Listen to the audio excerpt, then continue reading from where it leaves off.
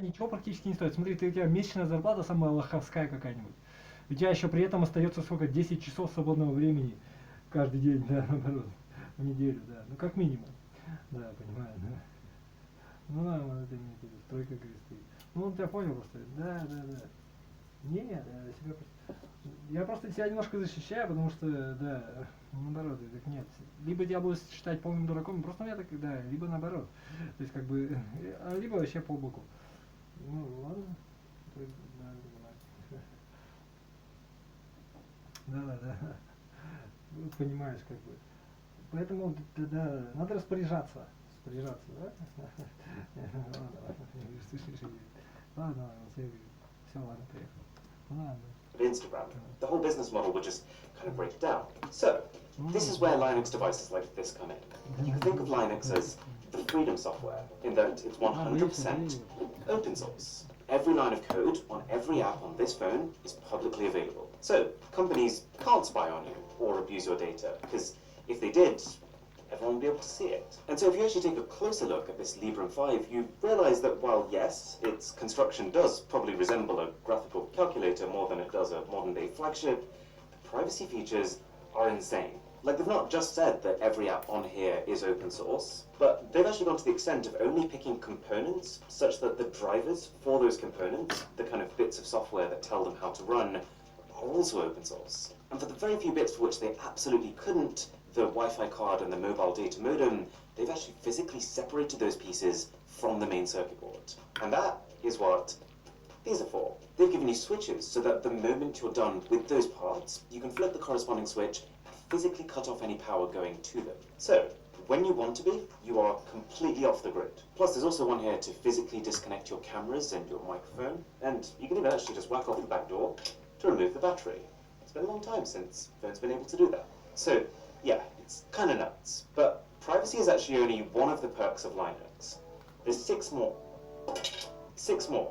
And if you're enjoying this video, a sub to the channel would be saucy.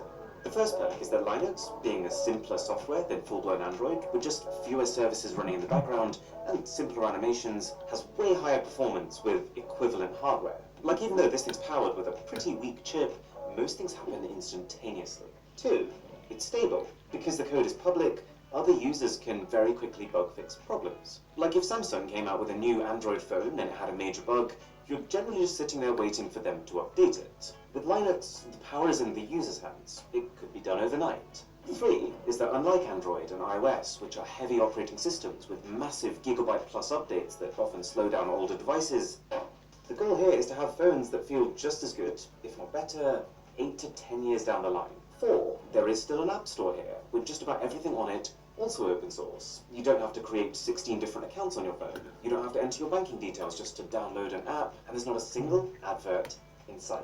5, there's no such thing as Linux Mobile. The Linux here is the same Linux that you would get on a computer. So you can use the exact same desktop applications. In fact, it's kind of funny, when you get the low battery warning on this phone, it thinks it's a laptop.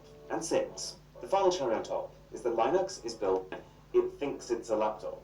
And 6, the final cherry on top is that Linux is built by individuals or small groups of developers. And so, as a result, A, you're supporting people as opposed to large tech corporations, if you care about that, and B, there isn't just one version of it. There's actually a dozen different Linux OSs that you can download, and I've got some right here. So what's this? A Google Nexus 5, right? Well, turn it on, and it's actually running Ubuntu Touch, one of the more well-supported options. And bearing in mind that this is a 7-year-old smartphone now, it looks and runs amazing.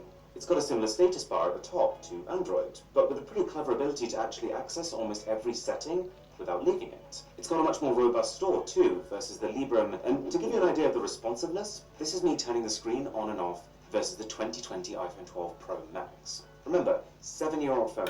I've got a Sony Xperia 10, a 2019 mid-ranger, and this one's running Sailfish OS, which is probably my favorite Linux software to date. It's beautifully animated, it's very easy on the eyes, and everything works with swipe gestures, which is so intuitive that once you've adjusted to it, you really wish other phones did it too. Oh yeah, and have a look how this thing handles themes. Just swipe down, tap a theme, and it's done. New look. Plus, by moving your notifications from the status bar up top to a separate screen on the side, Selfish has a less cluttered aesthetic versus Android, one that also means a bit less reaching.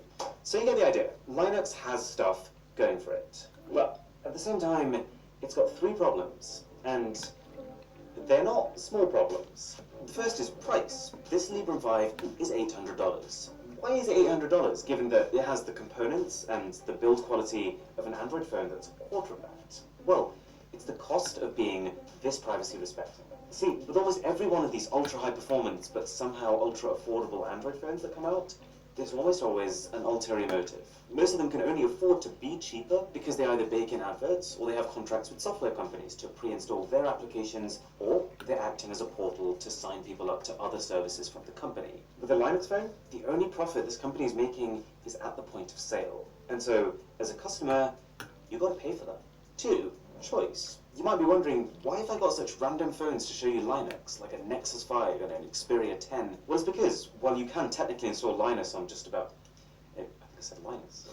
While you can technically install Linux on just about any phone that runs Android, if you wanted to buy a phone with Linux pre-installed on it, you've got very limited choice. But, most importantly, there's an app problem. See, in order for a developer to spend time making a really great app, they need a profit incentive. They need to be able to either charge customers directly or sell customer data to advertisers. But neither of these two really work with open source. Like, if I try and charge you for an app, but the code is public, then someone's just going to copy that code and publish their own version for free. So, when you're building an app for Linux, you've pretty much got to rely on donations, and it's not really a very sustainable business model. So, you're not going to get Google Maps here. You're not going to get just about every smartphone game you might be used to playing. You know when Android and iOS users say, oh, there's an app for that? Well, with Linux, there often isn't. For example, there's a guy on YouTube called Chris Titus Tech, who seems to be a really big advocate of Linux and the privacy benefits, but even he tried really hard to live using just Linux and struggled. He found himself in unnecessary traffic jams, wishing he had Google Maps that could have alerted him otherwise. He found himself wishing he could manage his YouTube comments using the YouTube app, but he couldn't. So, Linux, is it the future, or is it dead in the water? Well, I ended up actually having quite a long chat with the guys behind the Librem phone, and I think it's a case that they know. They know that the day this phone goes public, it's not going to be an Android killer. But at the same time, they're also surprisingly confident that, given some time, they will be a major threat, because people are more and more wanting to keep their data to themselves. And one thing that I did think was very interesting is that because Android is just a super specialized version of Linux, Linux technically has the ability to run Android apps. And it could run them within a sort of container, a metaphorical box, such that all those background processes and the tracking that comes with Android apps could stay within that box, and wouldn't be able to reach out into the rest of your phone. That said, my personal take is that it's a little late. I think the concept makes sense, and if this was how things were established right from the start, if, let's say, people were very used to the idea of all apps being open source, and any company that tried to make a closed source app was instantly publicly shamed, then yes, Linux phones probably would have flown. But I just think that we're at a stage where we're past that. I think the big tech companies always have their claws sunk in a little too deep. I think that things like YouTube and Instagram, they're almost too integral to people's lives for them to give up now. Like, yes, it is technically possible for someone else to come along and build YouTube and Instagram equivalents that are open source, but who's going to do it for little to no profit incentive? I could maybe see it being used in government sectors, where they need to avoid tracking at all costs. On that note, potentially criminals too, but I couldn't see any normal user born past the year 2000 who are quite adjusted to the idea of handing over their GPS location, their biometrics. I can't imagine that generation ever picking Linux over Android or iOS. Okay, there's one final option, and it's a little less extreme than jumping ship to Linux, but it is a way that a growing number of people are finding a bit more control. D, Google. Нет, тогда надо, смотри, получается так, ну ты уже закрыл уже свою душу, да. Да, тогда, да, понимаю. Что на своих... Не покупай тогда. Не смотри, не пользуйся, да. Не делай тогда ничего, да, понимаю. То есть, честно говоря, да, и самое смешное, да, нормально, короче, да, понимаю. Да. Ну да. Возвращаемся, хотим быть более развращенным, хотим более... Да. Ладно, ладно. Android.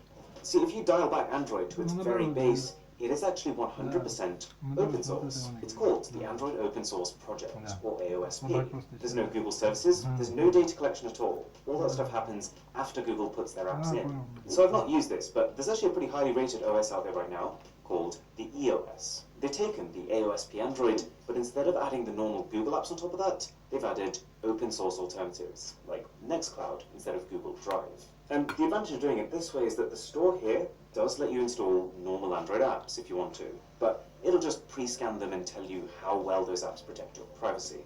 So, feels like a pretty solid middle ground, but still probably not for me. Anyway, thanks for watching. My name is Aaron, this is Mr. Who's the Boss, and I'll catch you in the next one.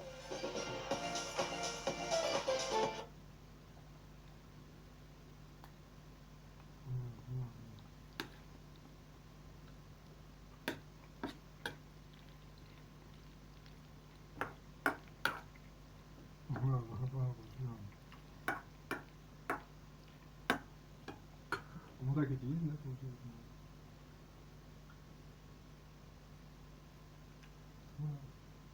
Ну да, вот значит, да. В природе такого не бывает. Вот если растение высыпало, да, понимаешь, просто ты будешь из халявы получать уже, да, энергию, да, понимаешь. Да. Ну что теперь сделаешь? Отдавать надо чем-то отдавать, не знаю. Чем, не знаю. Да. Ну да, горячий который горит, да. Ну да. Ну да, ну не знаю. Ну нет, да, ну ничего ты.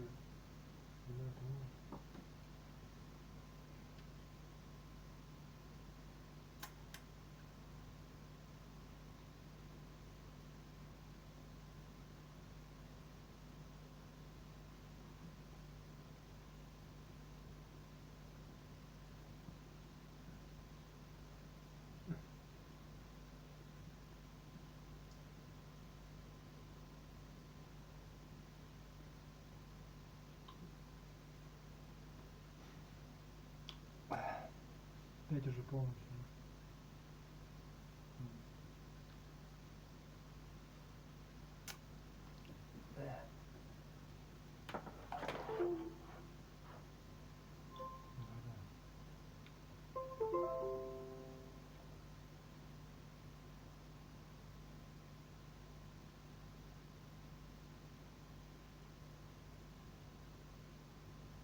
So I wasn't planning on covering this phone.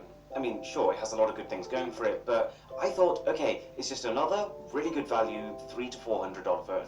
But then a couple of days ago when it was officially announced, I saw the price, 199 euros. Okay, I'll take a proper look.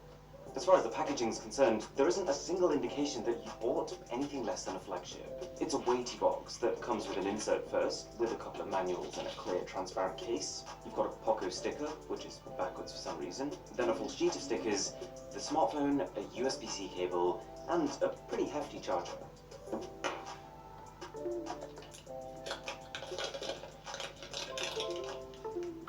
I'm going to be honest with you, when I found out the price of the phone, I had absolutely no idea what to compare it to.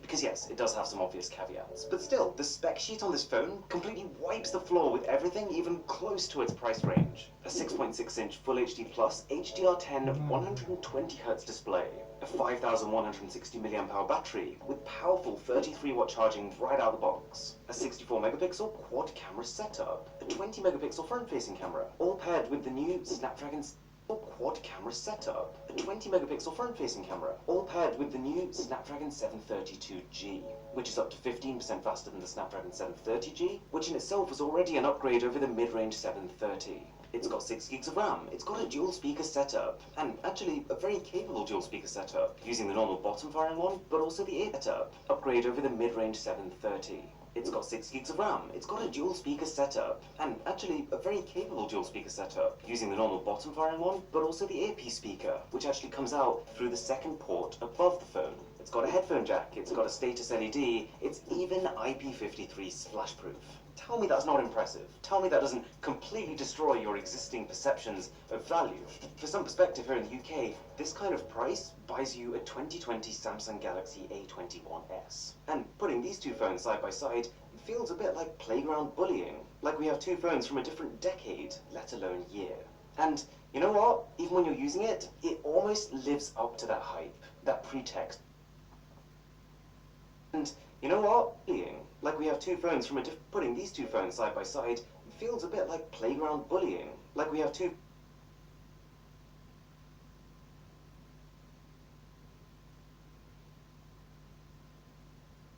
phones from a different decade, let alone year. And you know what? Even when you're using it, it almost lives up to that hype, that pretext created by its spec sheet. Almost. That's the important word. Not quite. Oh, and if you're enjoying this video, a sub to the channel would be extraordinary. It is built well. I mean, the back is plastic, as you would expect, and they haven't really tried to hide it. But, you know, it's not cheap. It has an aluminium alloy frame. It has Gorilla Glass 5 on the front. And I would say I'm growing kind of fond of this racing stripe we got down the middle. It breaks up the monotony on the back. They've managed to make a camera module that looks legitimately cool and powerful, although there is a fair bit of a protrusion. Also, this is a big phone. I'm talking like 2020 flagship-sized phone, so not for the faint-hearted. But that size isn't wasted. This is an LCD display, not OLED, so viewing angles suffer. It's not the brightest display, and there does seem to be an ever so slight amount of ghosting, but it's not at all a bad display. It doesn't have that over-sharpened look of cheap LCD panels, and it looks like Xiaomi's kind of compensated for the less vibrant colors by increasing the saturation of their icons and some UI elements. Plus, the inbuilt sunlight mode does seem to keep the brightness manageable even outdoors. Whatever brightness you set it at, this is an all-day phone. This is an 8-hour to an 11-hour screen-on-time device. You can wake up in the morning, eat your breakfast, watch Netflix. Eat lunch, watch Netflix. Eat dinner, watch Netflix, and you will easily make it to bedtime. Thanks in part to a display that can somewhat adjust its refresh rate to match the content you're consuming. On a surface level, even the camera system looks wildly impressive. You're actually getting an almost identical setup to the Xiaomi Mi Note 10 Lite, a phone that has a good camera for a €300 device. Annoyingly, two of these four cameras, the 2-megapixel macro and 2-megapixel depth cameras, they're practically space fillers, but the main camera and the ultra-wide are capable. I've taken a fair few photos with both, and I would go as far as to say detail is good and dynamic range is very good. Even the front camera produces sharp photos in favorable lighting, but also up against harsh backlighting. And there is honestly a truckload of camera features here, like potentially more than I've ever seen on any phone ever. Plenty of interesting filters, some great, like gold vibes, and others not so good. There's a front and back mode, which lets you, well, take video on the front and the back. You can clone yourself by leaving the phone still and you moving into different positions. There's slow motion, there's vlog mode, there's long exposure, and of course, night mode, which is okay. It's actually noticeably not flagship level, and because the camera doesn't have any optical image stabilization, in the dark, it can't keep its shutter open for very long without blurring. And so the end result is that its night mode photos are not afraid to get a little grainy. The focusing is a bit hit and miss too, but yeah, I mean, for €200, it's a good camera system. And do you know what? Before I picked the phone up, I was convinced the haptics would suck. I was convinced that when you're typing on it, it would sound something like this.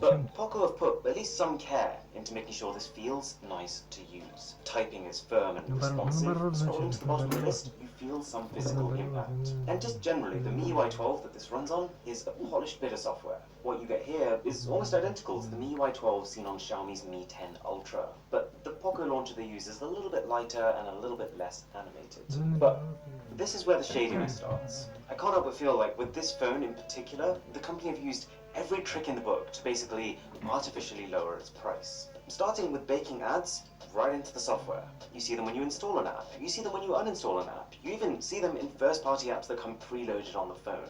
And I can't help but feel like a few times when I've tried to do things, it actually adds steps that don't need to be there just so it can show you an extra ad on the way.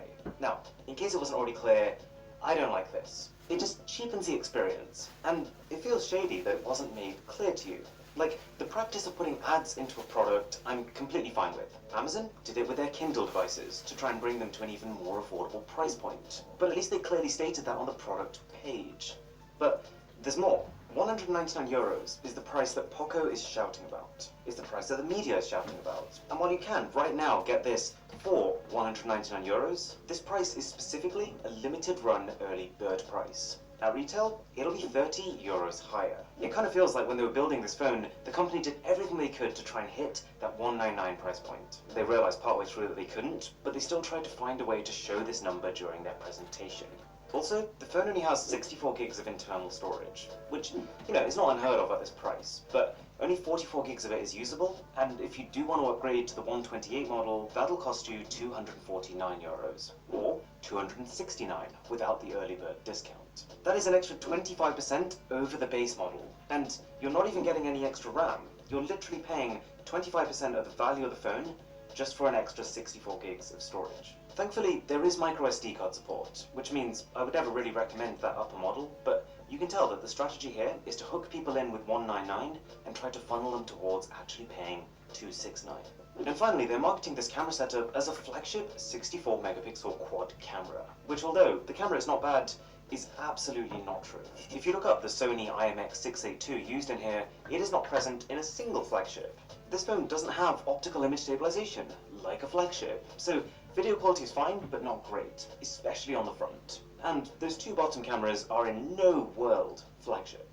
Okay, so a lot of this stuff does feel deceptive. I'm not a fan of it, but at the same time, we can understand why they're doing it. And it would be unfair to say that all of this stuff actually ruins the phone. Admittedly, it does sound less cool being a 229 euro phone with ads and a mid-range camera setup, but at the same time, I can think of a lot of people who would pick this phone up, use it, and just not care about the ads. And it doesn't change the fact really that this is still beastly hardware for the price. Although that said, the performance is not ultra smooth sailing. The scrolling is fine if I go to the right, but almost without fail, when I scroll to the Google feed, it lags, so I disabled it. HDR photos, they take a little longer to process, and while I do love side-mounted fingerprint scanners, and this one actually does the scanning extremely quickly, it takes a fair bit of time to process that information. Also, every now and again when you're closing an app, or when you're pulling up and holding to open up multitasking, it's not as smooth as it should be. But to be fair, a lot of this doesn't feel like a lack of power, just a lack of optimization for this new chip. So, fingers crossed it improves. And gaming is good. The upper mid-range chipset delivers an upper mid-range gaming experience. Oh, and if you're wondering why the literal name of the phone is the Poco X3 NFC, well, it's because it has NFC.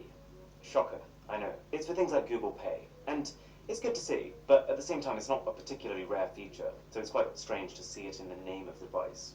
Okay, so when you break it all down, the Poco X3 NFC is not the miracle that it first might seem. You can gradually see how they've managed to bit by bit make decisions that allow for this 199 euro price tag. But even then, there's just so much good stuff going on here, especially that battery life, that if you can put up with a few ads every now and again, then this is the best phone you can get for under 250 euros. It is good enough that if someone had told me it was 400, I'd have believed them. Thanks for watching. My name is Aaron, this is Mr. Who's the Boss, and I'll catch you in the next one.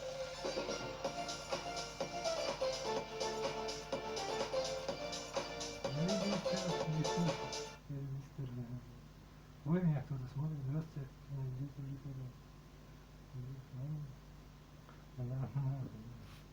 Приходи ко мне сюда. Пешки набирать. Пешки не смотри, да наоборот. Будешь пешки набирать. Да надо. Тебя смотрю же себя. Да. А что ты хочешь-то?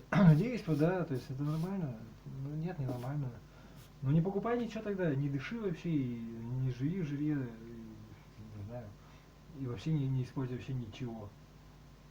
Ну нормально, да, просто ты, да. Ну что это нормально, я тебе говорю, то ты говоришь, да, вот и все, да. Наоборот, да. Ну хорошо, ненормально это, да, ненормально, да. Ну вот это, нормально, значит, да, играет, да, да.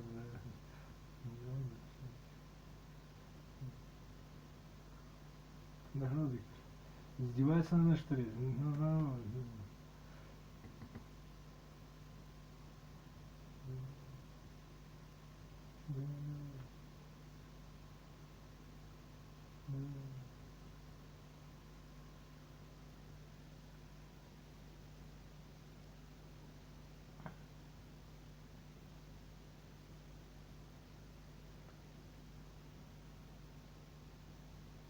Пи-пи-пи-пим-пим, пу-пу-ру-пу-пу-пу.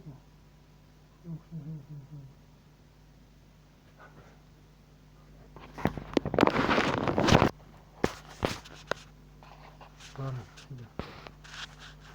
О, португеза.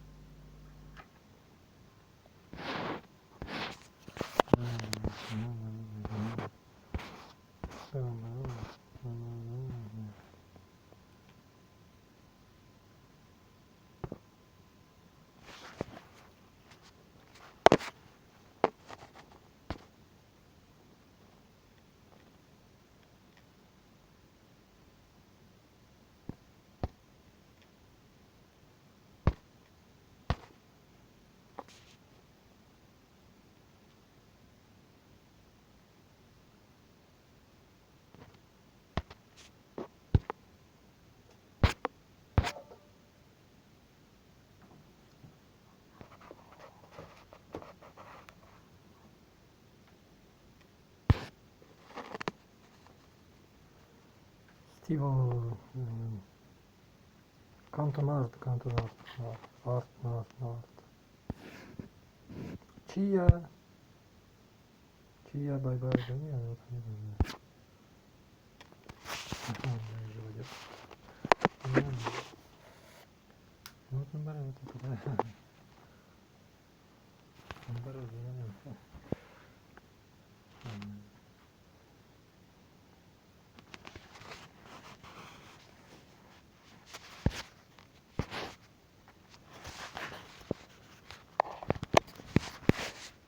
Санта Лючия.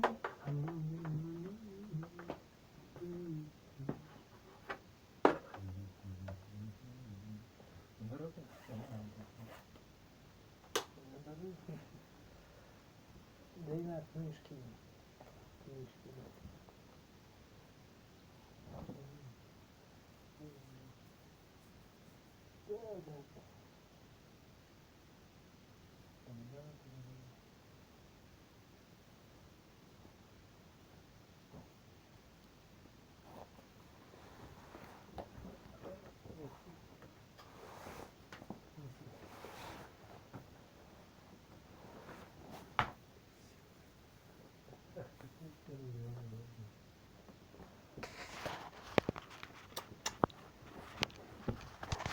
Да. Это самая штучка.